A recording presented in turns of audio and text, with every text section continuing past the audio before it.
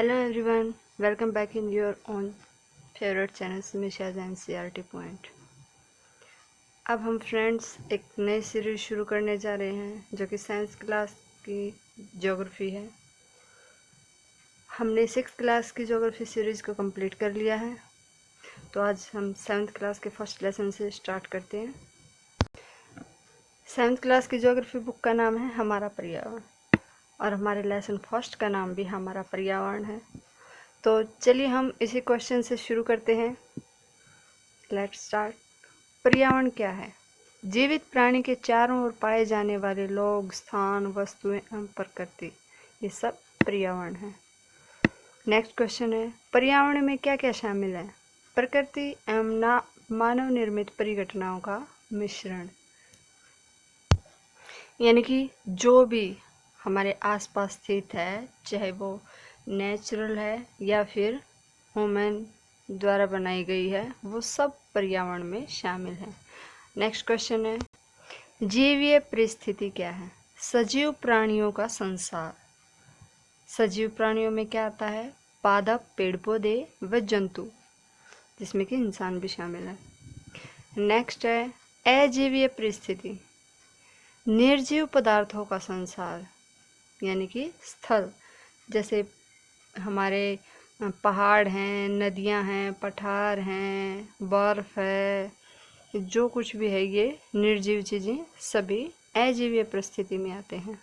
हमारा next question है, पर्यावरण शब्द की उत्पत्ति भाषा कौन सी है, यानी कि किस भाषा से इसकी उत्पत्ति हुई है? पर्यावरण, जिसे हम एनवायरनमेंट भी बोलते हैं, उस शब्द की उत्पत्ति फ्रेंच भाषा के शब्द एनवायरोनेर या एनवायरोनेर से हुई है। तो हमारा नेक्स्ट क्वेश्चन है, प्राकृतिक पर्यावरण के भाग कौन से हैं? देखिए, हम 6th क्लास की सीरीज में भी इसे कवर कर चुके हैं, जैसे स्थल मंडल, जलमंडल, वायुमंडल, जैवमंडल। तो चलिए इनको डीपली समझते हैं। स्थल मंडल क्या है? पृथ्वी की ऊपरी कठोर सतह, विभिन्न स्थलाकृतियों वाला विषम धरातल है। ये विषम इसलिए है क्योंकि ये इक्वल स्पेस नहीं है। कहीं पहाड़ हैं, कोई ऊंचा है, कोई नीचा है, कहीं पठार हैं, कहीं पे झीलें हैं, कहीं पे घाटियां हैं। तो इस तरह से ये एक समान नहीं है, इसलिए ये विषम धरातल है।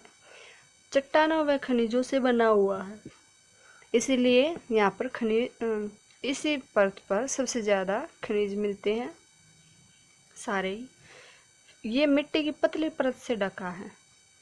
महासागरों की सतह पर भी स्थापित, यानी कि महासागरों की सतह भी अनइक्वल ही है, वो भी ऊंची नीची है।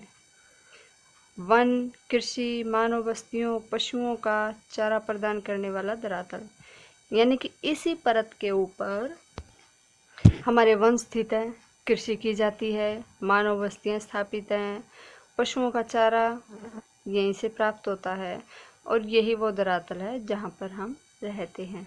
हमारी नदियाँ बहती हैं, हमारे पर्वत खड़े हैं, तो वो ये स्थल मंडल है। तो चलिए चलते हैं नेक्स्ट पॉइंट की तरफ। जल मंडल है, ये जल से ढका हुआ धरातल है, सभी के लिए बहुत आवश्यक है। चाहे सजीव हो, चाहे निर्जीव हो, चाहे कोई हमें बिल्डिंग बनानी हो, या पशुओं के लिए, पौधों के लिए, जंतुओं के लिए, हर मीन्स जल ही जीवन है। जल के बिना जीवन ही नहीं है। नदी, झील, सागरों, महासागरों के रूप में जल पृथ्वी पर स्थित है। हमारा नेक्स्ट पॉइंट है वायुमंडल।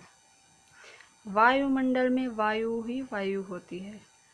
पृथ्वी के चारों ओर फैली वायु की पतली परत एक लिमिटेड एरिया में स्थापित है, जो कि गुरुत्वाकर्षण बल के कारण स्थापित है। पृथ्वी के चारों तरफ ये गुरुत्वाकर्षण बल के कारण ही स्थित है। वायुमंडल हमारा हानिकारक किरणों से रक्षा करता है, जो सूर्य से आती हैं। फॉर एग्जांपल ओजोन हमारी पराबैंगनी किरणों से रक्षा करती है, अल्ट्रावायलेट जिसे कहते हैं।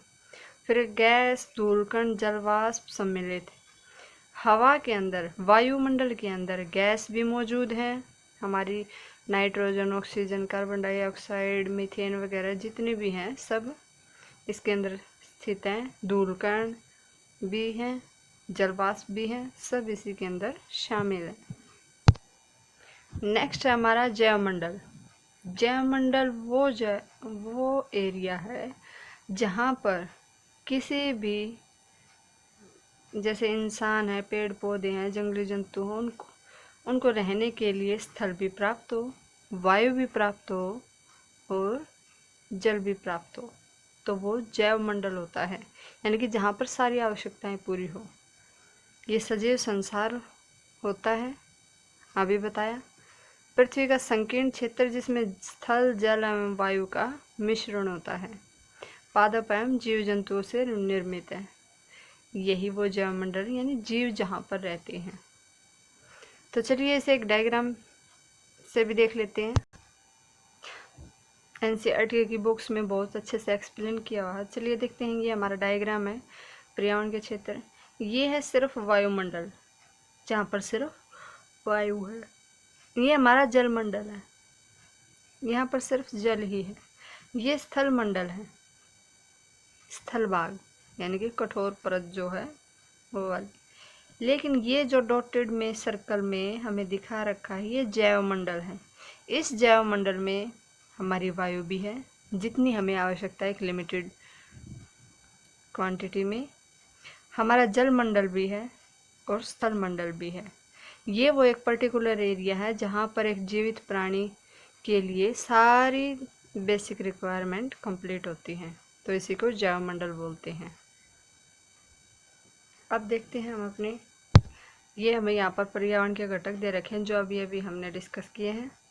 प्राकृतिक होते हैं, मानव निर्मित होते हैं और एक खुद मानव होता है। प्राकृतिक में आते हैं जलमंडल, सिर्फ जल है। वायुमंडल, वायु वाला पर्टिकुलर एरिया। स्थल मंडल, जहाँ पर स्थित सिर्फ स्थल भाग है। और यह है जैवमंडल, सजीव एरिया। इधर हमारी मानव निर्मित है। मानव निर्मित में इमारतें इंसान ने बनाई है, पार्क हैं, पुल, सड़क, उद्योग, स्मारक, ये सब मानव निर्मित आते हैं। और जो स्पेशल है इस अर्थ पे वो है मानव खुद। एक सिंगल पर्सन होता है, उससे एक फैमिली बनती है, फैमिली से पूरी एक सोसाइटी बनती है, समुदाय बनता है।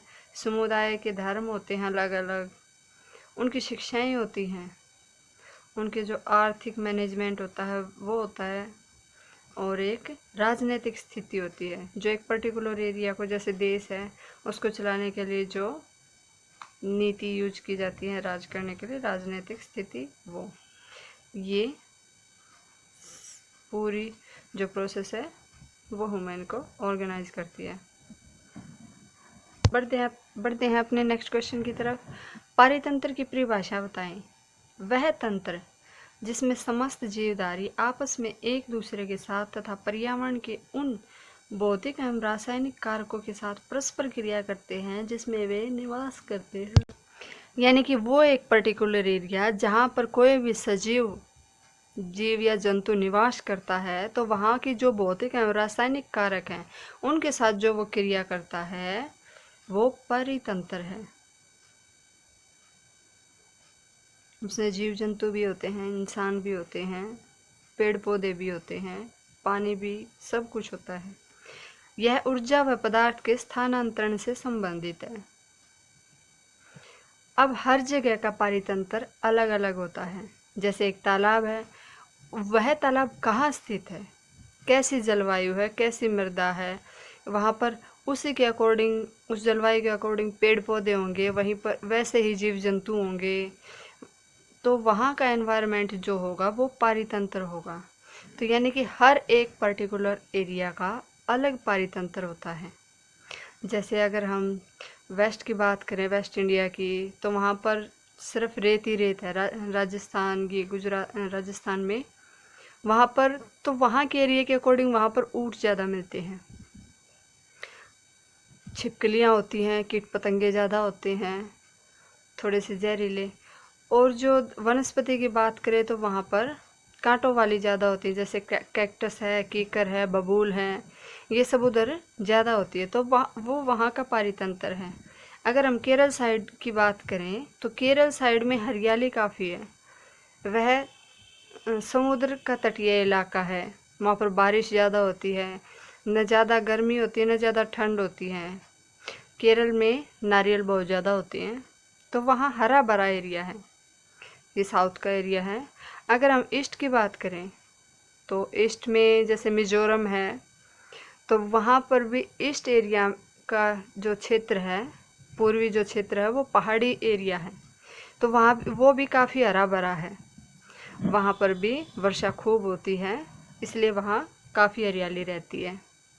तो हर जगह का, हर स्थान का अलग अलग पारितंत्र है, जो कि वहाँ की भूमि पे, वहाँ के स्थल भाग पे, वहाँ की बारिश वगैरह हर सभी चीज़ें एक दूसरे से कोरिलेट हैं। उसी के अकॉर्डिंग वहाँ पर वैसा ही स्थान होता है। हमारा नेक्स्ट क्वेश्चन है, 5 जून को कौन सा दिन मनाया जाता है? विश्व पर्यावरण दिवस। हम सभी को उस दिन पर्टिकुलर सभी मनाते हैं, लेकिन हमें अपनी रूटीन लाइफ से हमें साफ़ सफाई ज़रूर रखनी चाहिए अपने एनवायरनमेंट की, और पेड़ पौधे ज़रूर लगाने चाहिए, ताकि हमारी आने वाली नेक्स्ट जनरेशन को कुछ अच्छा मिले। हमारा नेक्स्ट क्वेश्चन है, वस्तु विनिमय पद्धति क्या है?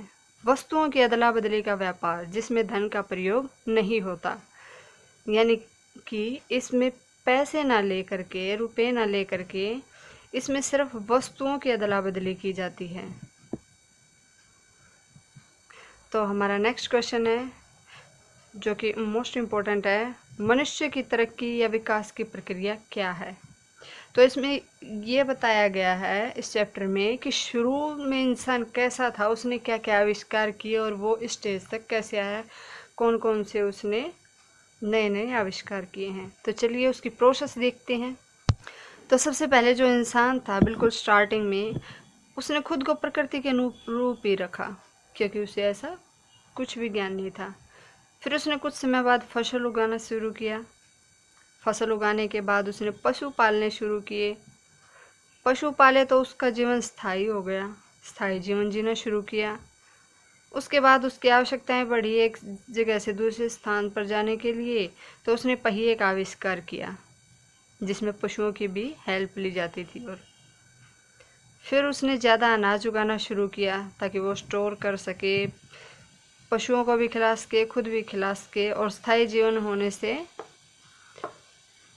मानव जाति का भी विकास हुआ। उसके बाद जैसे जैसे इंसानों की वृद्धि हुई, तो उसकी आवश्यकताएं बढ़ी इंसान की। तो अगर उसके पास कोई एक वस्तु है, उसे दूसरी चाहिए, तो उसके लिए उसने वस्तु विनिमय पद्धति का विकास किया। यानी कि मैं तुम्हें ये वस्तु दे दूंगा, जैसे कि मान लो अनाज है, दूसरे के पास कोई और अनाज है, उसे दूसरे वाला अनाज चाहिए, तो वो अपना अनाज देगा और दूसरे वाला लेगा। तो इसी तरह फिर इससे व्यापार आरंभ हुआ। व्यापार से पूरे वाणिज्य का विकास हुआ। वाणिज्य के विकास से फिर औद्योगिक क्रांति आई, उद्योग स्थापित किए गए। औद्योगिक क्रांति के बाद जो मोस्ट इम्पोर्टेंट थिंग थी, वो सूचना क्रांति, यानी कि पूरे विश्व में कहीं से भी हम कोई भी सूचना कुछ ही सेकंड्स में प्राप्त कर सकते हैं। ये अब तक की सबसे बड़ी क्रांति है। तो दोस्तों, आई होप सबको ये वीडियो बहुत पसंद आई होगी। इसे प्लीज़ लाइक शेयर सब्सक्राइब ज़रूर करें, और हमें कमेंट करके ज़रूर बताएं कि आपको ये वीडियो कैसी लगी है। तब तक के लिए take care, goodbye and thanks for watching.